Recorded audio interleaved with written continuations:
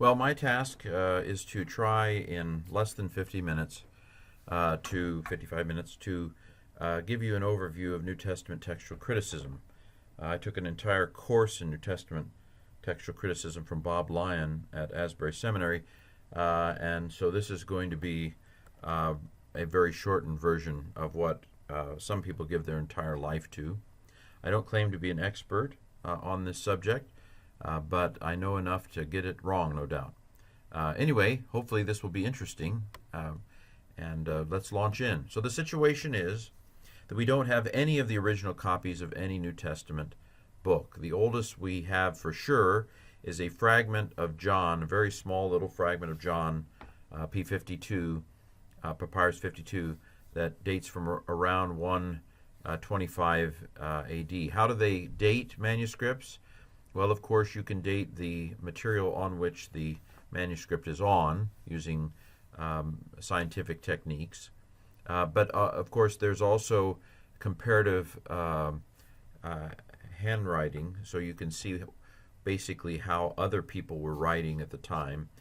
I think that you probably can't get within, it's probably about a 50-year window in terms of that sort of thing. But if you've ever looked at, like, I remember looking at the Bibles of my grandmother and great-grandmother, and there are distinctive handwriting styles in periods of history. In German, for example, Hitler outlawed the older Gothic script, so you can kind of tell when something was written by, the script even that it's written into. And so this is not a perfect science, but using scientific methods and also epigraphy comparisons of handwriting styles, it is possible at least to get within a century or 50 years. Sometimes there are other, factors that can help date a manuscript. But so that's about dating. There has been rumors of a very early manuscript, I think, of Mark. And we heard rumors, and we heard rumors, and we heard rumors, and allegedly something's being published from Brill, I think, but we haven't seen that yet, which leads me to believe that the dating may not be quite as spectacular as people have suggested. But, however, we're scientists of a sort, and so we will readjust any hypotheses as necessary. There was a lot of PR about some fragment of Matthew a while back that I think went nowhere. But a lot of these things are popular, but being able to find an early manuscript is not doesn't prove or disprove faith. So we should not tie our faith to how early some new fragment. That's just our faith doesn't lie on when a particular manuscript can be dated. Anyway, there are over 5,000 Greek manuscripts. Most of these are medieval. That's very good as ancient manuscripts go. In fact, we're in a better situation to attest to the original form of the biblical text than we are any other ancient text. We read the Republic, Plato's Republic in high school or college. We read these ancient pieces. We read plays by Sophocles and Aeschylus and Euripides, and we read all these ancient documents, Virgil's Aeneid, and nobody worries about whether or not we're reading the real deal. There are points of debate about what the text said originally, but we are in much better shape in terms of determining the original text of the New Testament than we are any other ancient writing. So there's a branch of biblical studies called textual criticism whose task is to determine how the original text read. Textual criticism has been allowed throughout the 20th century. Of course, there were parts of what was called, biblical criticism. The word criticism throws us off a little because it sounds like I'm criticizing something. But that's not what the word meant originally. The various forms of biblical criticism were not about criticizing the biblical text, as we use the word now, but about making decisions, critical thinking, critical decisions on hard questions, historical questions. Biblical criticism used to be divided into two parts, higher criticism and lower criticism, and that division was meant to say evangelicals are allowed to do these, but they're not allowed to do these. And so evangelicals have always been allowed to do lower criticism or textual criticism. This was so even those who were leaders of the evangelical movement of the mid-20th century allowed for the science of textual criticism, and thus allowed that the King James Version might not be the most accurate original text. That has always been allowed within evangelical circles. I don't know if it's worth to take a moment to talk about the King James Version. There are still some places that are King James only. These movements are persistent, shall we say, that long after the vast majority of experts on a particular topic have formed a certain conclusion, there remains resistance. And again, I want to make it clear, I like the King James Version. Yesterday in class, I quoted "Fightings within, fears without." We were in 2 Corinthians 4, I believe it is, and the King James came out as it is in the echoed in "Just as I am," "Fightings without, fears within." I like the poetic nature of the King James Version. So I'm not trying to be down on the King James Version, but I do want to point out that that experts are called experts because they're experts. That doesn't mean they're right. Certainly doesn't mean they're right. Doesn't mean that the disciplines don't change. Certainly they change. But if you were to ask at any particular point in time, who is most likely to have the answer to a particular question, the answer is those who are the most studied and expert in that topic. And it has simply been the case for well over 100 years that the majority of those who know the most about the situation don't think that the Greek behind the King James Version is the most original, most likely to be the original Greek. And we're human beings. We primarily use our brains to justify what we want to justify.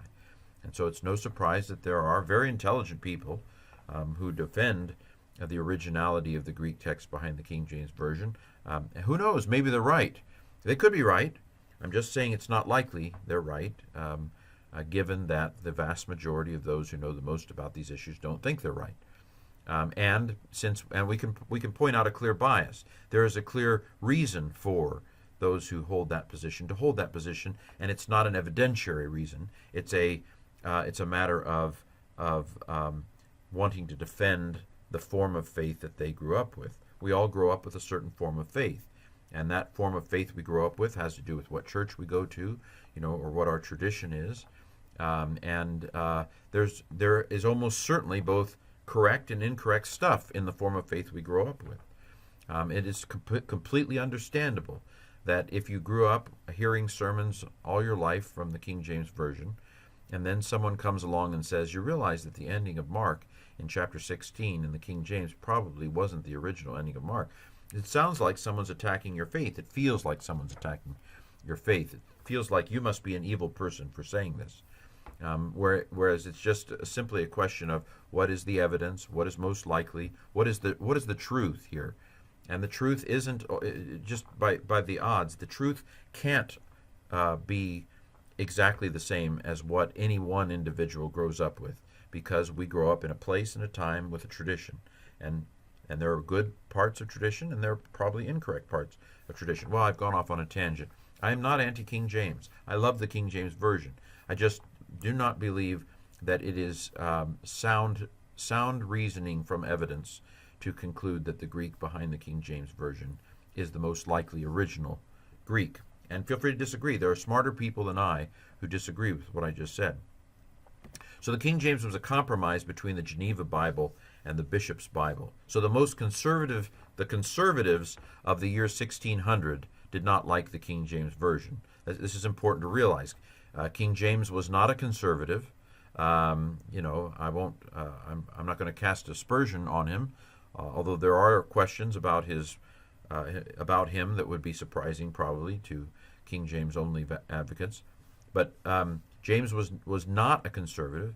The Puritans, who favored the Geneva Bible, were the conservatives, and so King James promised them an accurate translation and on the stipulation that it not have the study notes, the Calvinist anti-monarchical study notes of the Geneva Bible. But it wouldn't be like the Bishop's Bible that the Puritans perceived to be hostile in some places to Scripture. So the King James Version was based upon the Greek text of Stephanus that Stephanus issued in the year 1550. By the way, Stephanus's 1550 Greek text was the first Bible to have versification, or at least the verses that we use today. That text is sometimes referred to as the Textus Receptus, or the received text. The actual term received text, Textus Receptus, comes from an edition of Elzevir in, I think, in the 1617 or something like that. He says, here it is, the received text, the Textus Receptus. And so when we talk about the Textus Receptus, we're referring to the Greek text that started with Erasmus and culminated in the edition of Stephanus in 1550, and that served as the basis for the Greek behind the King James Version. Erasmus, of course, again, I like Erasmus. Erasmus, I admire this guy. He was an entrepreneur, a scholar, and an entrepreneur, which is after my own heart. Erasmus, there was a version of so the printing press was invented in the late 1400s, and there was a group in Spain that were working on a scholarly version of the Greek New Testament. Erasmus saw a business opportunity, and Erasmus quickly put together a Greek New Testament, and so the first officially printed Greek New Testament was Erasmus's Greek New Testament. Now, that original version was not perfect by any means, because Erasmus quickly put it together. He had about 12 manuscripts, 6 to 12 manuscripts, and the oldest one was from the 900s. Of course, we now have manuscripts from the 200s and the 300s and the 400s. So, although it's hard to, this is a kind of a paradigm shift. The King James is actually a rather late, compared to the NIV or the New RSV or the ESV. The King James is actually a much more recent text, a much later text, a much younger text. And this is hard because for us, King James Old, NIV New. But in terms of the Greek texts and manuscripts, a manuscript is a handwritten text. The Greek texts that are the basis for these versions, the Greek text behind the NIV is hundreds of years older than the Greek text behind the King James Version. So in terms of the basis for the translation, the NIV is a much older translation, I would argue, than the King James. It's not that simple, and I know if you disagree, if you're a King James, if you're a majority text person, you have arguments you can use against me.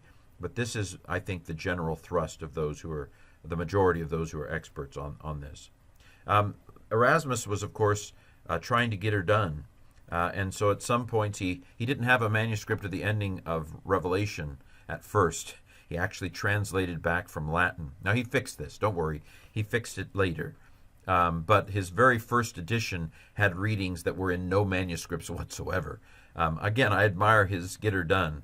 As long as you got, this is my philosophy, which is why I'm a strange academic, unliked in some respects.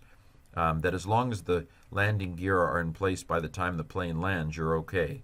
And so Erasmus, he won. I mean, think of it. Erasmus is the basis of the Greek text behind the King James, which reigned for 500 years. Erasmus won. His entrepreneurial spirit that jumped in there and got something done. He fixed it. He fixed it later. But he was first, and he got it out there, and he won. For 500 years, he won. And who knows about the Spanish Complutensian polyglot that went through all the right committees and had 5 versions next to each other and waited for official sanction from the Pope, and nobody knows about it. It had zero, almost negligible impact on the history of the world. But the person who went out there, it wasn't perfect, but he got it done, and he fixed it later, and he's the one who won. And that's the way it almost always is. Anyway, so let me say Revelation 22:14. Is it those who washed their robes at the final, hurrah, or is it those who had good deeds?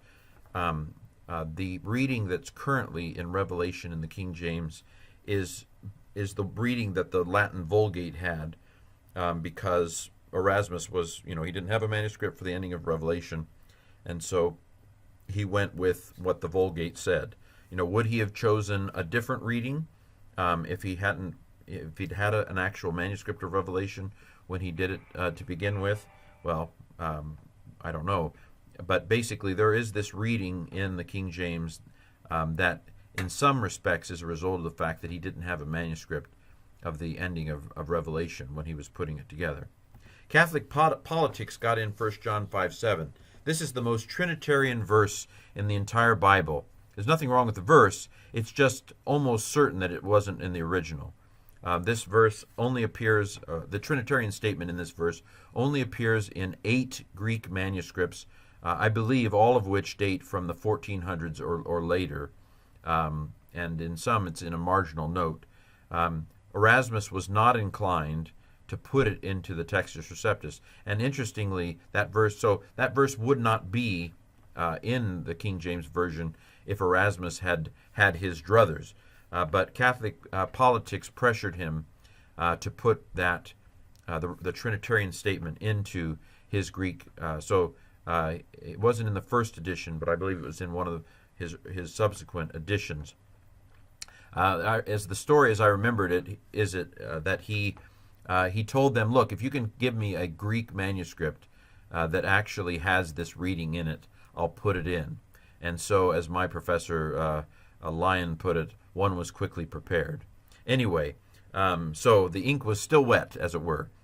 Maybe not. But so it was not Erasmus. Even Erasmus didn't have in mind putting that verse in, but he put it in because he was pressured to do it.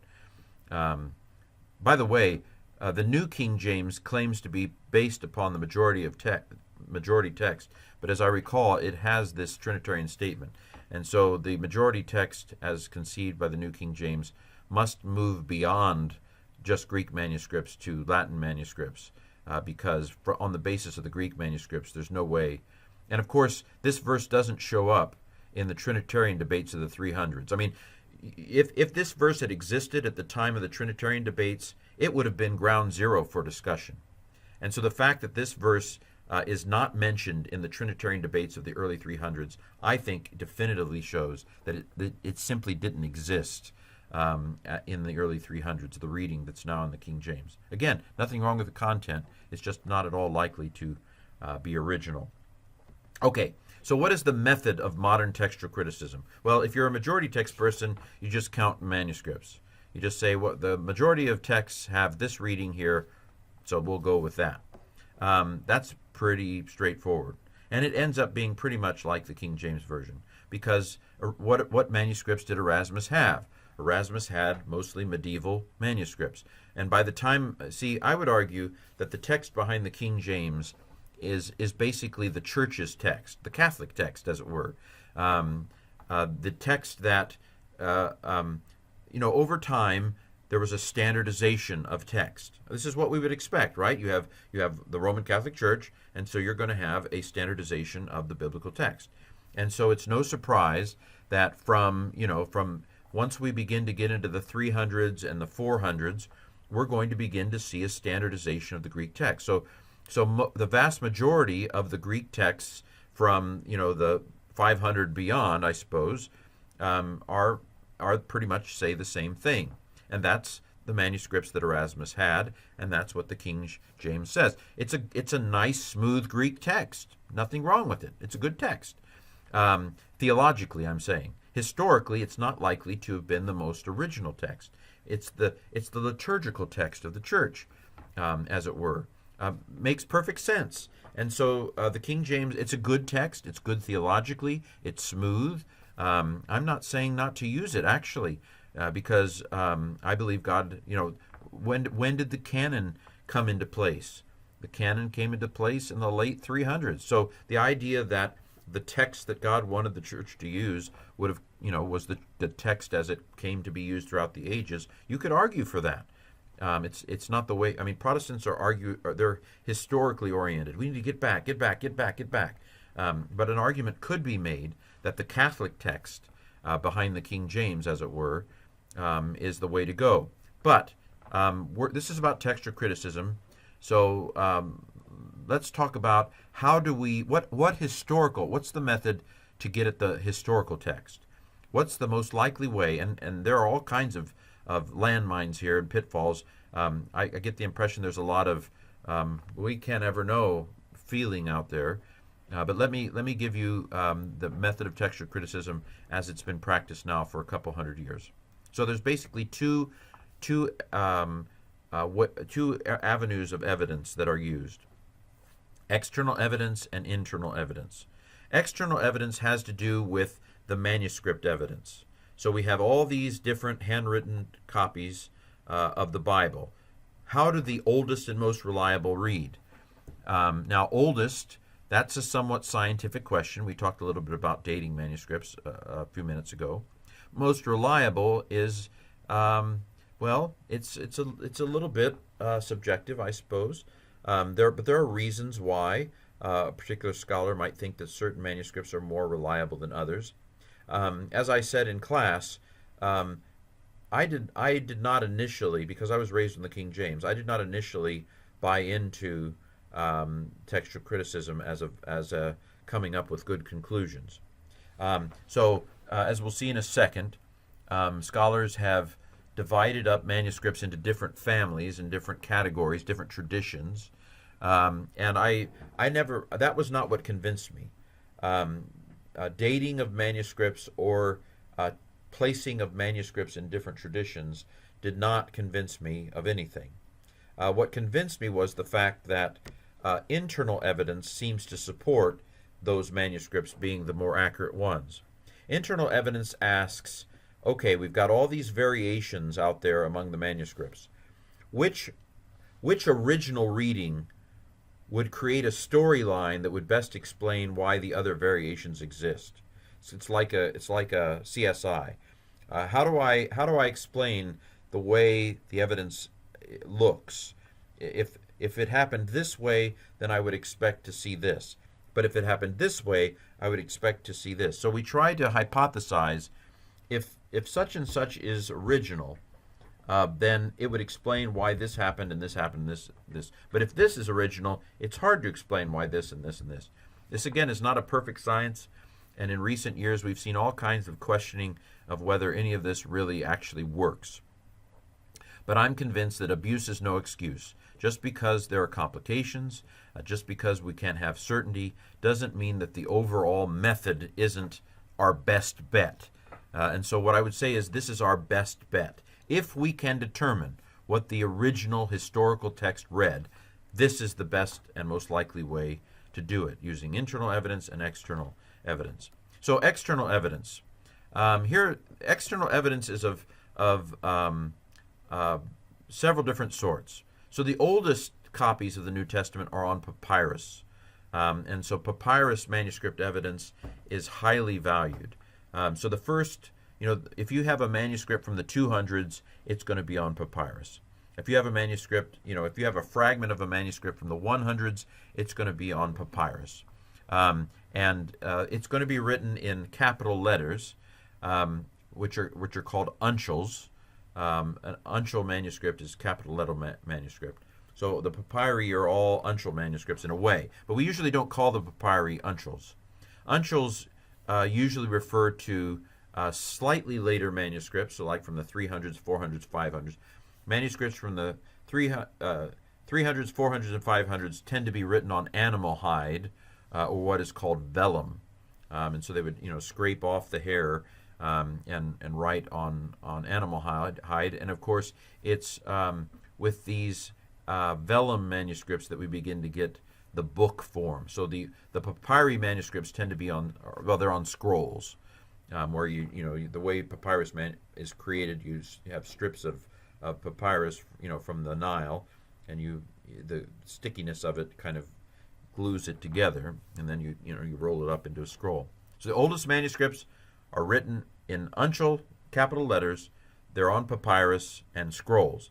Uncial manuscripts, all capital letters, also tend to be very old, but like 300 on, and book form primarily on animal hide. We also have translations into other languages. So there's some very old Latin manuscripts. Of course, the Vulgate comes from Jerome in the 400s. So the Vulgate's not super old. There are old Latin manuscripts that are older than the old Latin was a free for all. One of the things that Jerome wanted to do in the 400s was to standardize, as it were, the text. And again, this is after Constantine. We're standardizing worship texts. So the old Latin before Jerome is crazy. Syriac is another language from northern Palestine, where Syria is. Ethiopic, Ethiopia. Again, there are several other early languages: Armenian, Georgian, and so forth, from the first millennium, I believe. And then, of course, sometimes there are quotations in the Church Fathers. And so these quotations, so like if we're reading Irenaeus from the late 100s, and Irenaeus quotes a biblical text, that gives us some evidence to what the biblical text was like in the late 100s. The problem is, of course, is that we have to do textual criticism on the manuscripts of the Church Fathers as well. And so we can ask, is this actually what Irenaeus said, or has some copyist of Irenaeus corrected what Irenaeus said so that it reads like the majority text as it developed? So it's a complicated mess, basically. And there's some very smart people who occasionally fall downstairs who do this sort of work. It's very detailed work. So other things, so there are corrections sometimes. So sometimes you'll see a little asterisk. You might see a manuscript with an asterisk by it. That means that the uncorrected version of the text said this. But then sometimes there are corrections. So you can have 1, 2, you can have numbers that have to do with corrections to the manuscript that represent some other hand. A palimpsest is a manuscript where it read one thing and they scraped it off and wrote something else on it. Sometimes using science or care, we can kind of see what was there before it was scraped off. Sometimes they were written on front and back, and then sometimes they were just written on one side. So there are lots of variations out there. Sometimes there were marginal notes, things written out in the margin, that might tell us that some manuscripts say something different. Again, there's a whole course waiting to happen here. What are some of the key papyri in church history? Well, let me just name a few here. Papyri have P, surprisingly, and then a number after them. There's some famous collections: the Chester Beatty collection, the Bodmer collection. Some of these are in England. Chester Beatty Papyrus P45 has the Gospel and Acts, dates from the 200s. You're not going to expect a papyrus manuscript is not going to have the entire New Testament. A papyrus manuscript is only going to have part of the New Testament. Only when we get to the vellum and the book form are we going to have, say, the whole Bible. So here are some very early ones. P52 I mentioned, the early fragment of John 18. P46, the earliest manuscript of Paul, has Hebrews in it, and the books are arranged from longest to shortest. They're Romans and then Hebrews, and so forth. So there are some early papyri. These weren't available to Erasmus. Erasmus knew of none of this. Erasmus knew of none of the uncials that I was mentioning. So all these early manuscripts are written in all capital letters in continuous script, scriptio continua, with no spaces between the letters for the most part, and no punctuation for the most part. Key uncials, of course, Sinaiticus and Vaticanus were discovered in the 1800s by Tischendorf. Tischendorf was the Indiana Jones of the 1800s. He used intrigue to get Sinaiticus into his own hands. He went to the Tsar of Russia, had the Tsar of Russia, who's over the Orthodox Church, to get a monastery in Greece to pull this manuscript out of Sinai. He discovered the manuscript at Mount Sinai at St. Catherine's monastery there. Spent all night looking through it, realized that it was a major find, and of course The old story is that it was in a burn bin scheduled to be burned for fire and heat, and he rescued it from the bin. That version of the story has been significantly questioned, not least by St. Catherine's. But anyway, Tischendorf used politics to get his hands on Codex Sinaiticus. Vaticanus, found in the Vatican.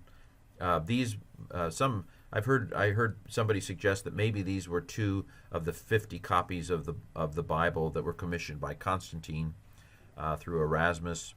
But they are early texts, and these 2 manuscripts were the basis for textual criticism in the late 1800s when Westcott and Hort dethroned the Textus Receptus as the basis for the printing of Greek texts. Of course, there was predictable resistance. Westcott and Hort are considered evil people in some circles, even though I'm pretty sure Westcott was a pretty godly man. I won't speak for Hort. Anyway, I don't know. I hope he was good in heaven. It's not important. Other uncial manuscripts, Codex Alexandrinus, which is the earliest example of the what's called the Byzantine text, or the kind of the majority text I've been talking about, Textus Receptus, Byzantine text. They're not exactly the same. The Textus Receptus is the text that Erasmus put together. The Byzantine tradition is the majority text, as it were, of the Middle Ages and so forth. Codex Alexandrinus is the earliest example of the Byzantine majority text, as it were. Western text, Codex D is wild. This is a wild manuscript. Its version of Acts is like 1/10 longer, with unimportant things like how many steps there were down from the prison, or how many hours, during what hours of the day did the Apostle Paul teach in the hall of Tyrannus. These sorts of things. It's really a wild ride, and this is sometimes called the Western text. Of course, Codex D, Codex Beza, is actually the manuscript that has let women be silent in the churches in a different place in 1 Corinthians 14, leading some like Gordon Fee and Richard Hayes, and I'm sympathetic actually to this, to suggest that probably wasn't in the original version of 1 Corinthians 14, but probably was a marginal note at some early point and then introduced into the text in more than one place. Anyway, minuscules. Minuscules are cursive manuscripts. These tend to be medieval and late. So minuscules from like the 800s to the invention of the printing press, it's minuscules. I'll just mention one minuscule, 33, the minuscule 33. By the way, uncial, so papyrus has a P in front of it. Uncials have capital letters usually, or numbers that begin with a 0, if I remember correctly. If you have a number that doesn't begin with a 0, like 33, you're looking at a cursive manuscript, a medieval cursal manuscript. And of course, these minuscules have abbreviations in them. Of course, the uncials do too. So you might abbreviate God by just putting the first and last letter of God's name. Or I think anthropos is abbreviated with 4 letters: alpha, nu, theta, and sigma. I didn't review that for this video, but so there are abbreviations even in the uncial manuscripts. But you get in the cursive manuscripts not only the abbreviations, but sometimes abbreviations for more than one letter. So like pi omega or p omega is abbreviated as a line with a W under it. Even John Wesley used some of those abbreviations. You have to learn some new orthography to read the minuscule manuscripts. Well, what are the proposed external traditions? Again, this is a matter of debate even within the guild, but it is generally agreed that there are certain manuscripts that tend to be more accurate. P46 of Paul, Sinaiticus, that's a Hebrew aleph, Vaticanus, which is B, the Queen of the minuscules, 33. These tend to be thought of as more accurate, so that there were schools of copyists that were very meticulous in their copying of the text, and then there are others that weren't. So the Western text is probably not the original text. The IT stands for italic. So you have abbreviations. If you have one of these other Greek Bibles, there's a manuscript apparatus in the bottom that gives you all the manuscripts that read a certain way. The Red Bible, the Alond Bible, grades them, A, B, C, or D. A means we're pretty sure this is what it said. B means we're more sure than we're unsure. C means we're less sure than we're sure about what this read, but this is our best guess. And D is a free-for-all. We don't know what this said. And there are some places where it's just really hard to know, what to pick. Some suggest a Caesarean tradition, although I think that's debated. And then, of course, when we talk about the Byzantine tradition, we just mean the majority of manuscripts in the Middle Ages. Okay, so these are proposed traditions.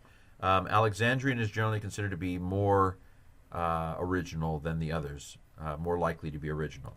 I personally, as I've said, find internal evidence more helpful than external evidence. And that's because this rule makes so much sense. Choose as original the text that best explains where the others came from. The problem is, of course, that you can create more than one storyline. You can create more than one scenario. So this is not in any way a done deal.